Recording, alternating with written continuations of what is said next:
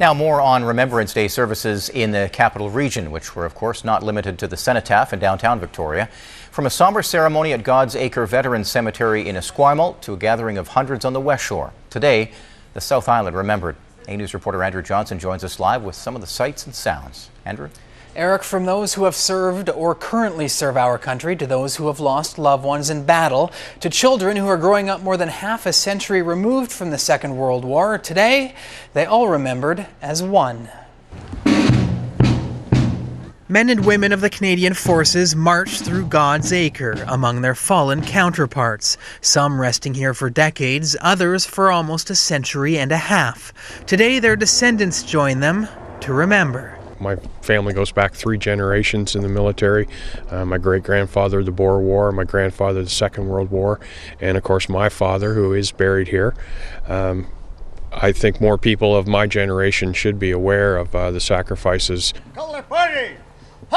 The experience at the Veterans Cemetery this morning is entirely different for those only weeks removed from war itself. It's a little bit surreal. It's totally different to be back here after being in Afghanistan. I've served a total of 13 months in Afghanistan and lost a few of my young medics over there.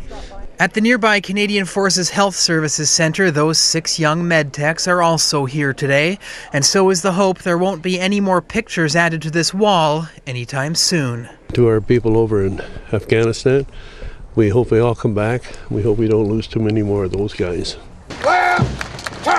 Among the large crowd gathered to salute our heroes of the past, present and future at Veterans Park in Langford, Danielle Sullivan is present for the first time without her husband, who fought in Korea and passed away last year. I decided to wear his medals today on my chest in honor of him, and I try to remember all his stories he used to tell me about the war, the sad people that died over there.